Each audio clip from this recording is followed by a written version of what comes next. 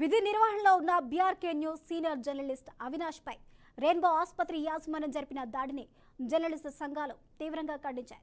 ఘటనను నిరసిస్తూ Hyderabad CP CV ఆనంద్ను కలిసి ఫిర్యాదు చేశారు. Telangana state union of working journalist president Virahat Ali ఆధ్వర్యంలో సిపిని కలిశారు. సదరు యాజమాన్యంపై చర్యలు తీసుకోవాలని వినతి పత్రాన్ని అందజేశారు. జర్నలిస్ట్ కెమెరామెన్పై సిబ్బందిని ఉసిగొల్పి దౌర్జన్యానికి పూనుకున్న ఘటనను సిపికి విరాహత్ ఆలీ వివరించారు. మరోమారు ఇలాంటి సంఘటనలు చోటు చేసుకోకుండా ఉండేలా ఈ దుశ్చర్యకు పాల్పడ్డ వారిని గుర్తించి చట్టపరంగా శిక్షించాలని కోరారు.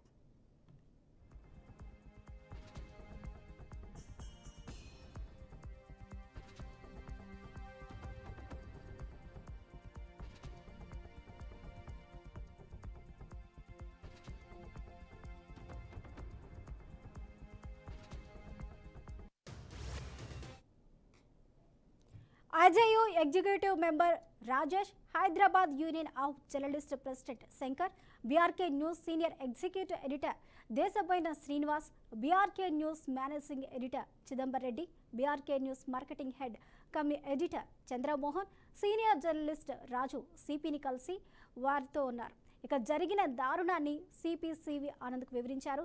జర్నలిస్టు సంఘాల స్పందనపై సిపి స్పందించారు. ఇలాంటి సంఘటనలు ఉపేక్షించేది లేదని, చట్టపరమైన చర్యలు తీసుకుంటామని హామీనిచ్చారు.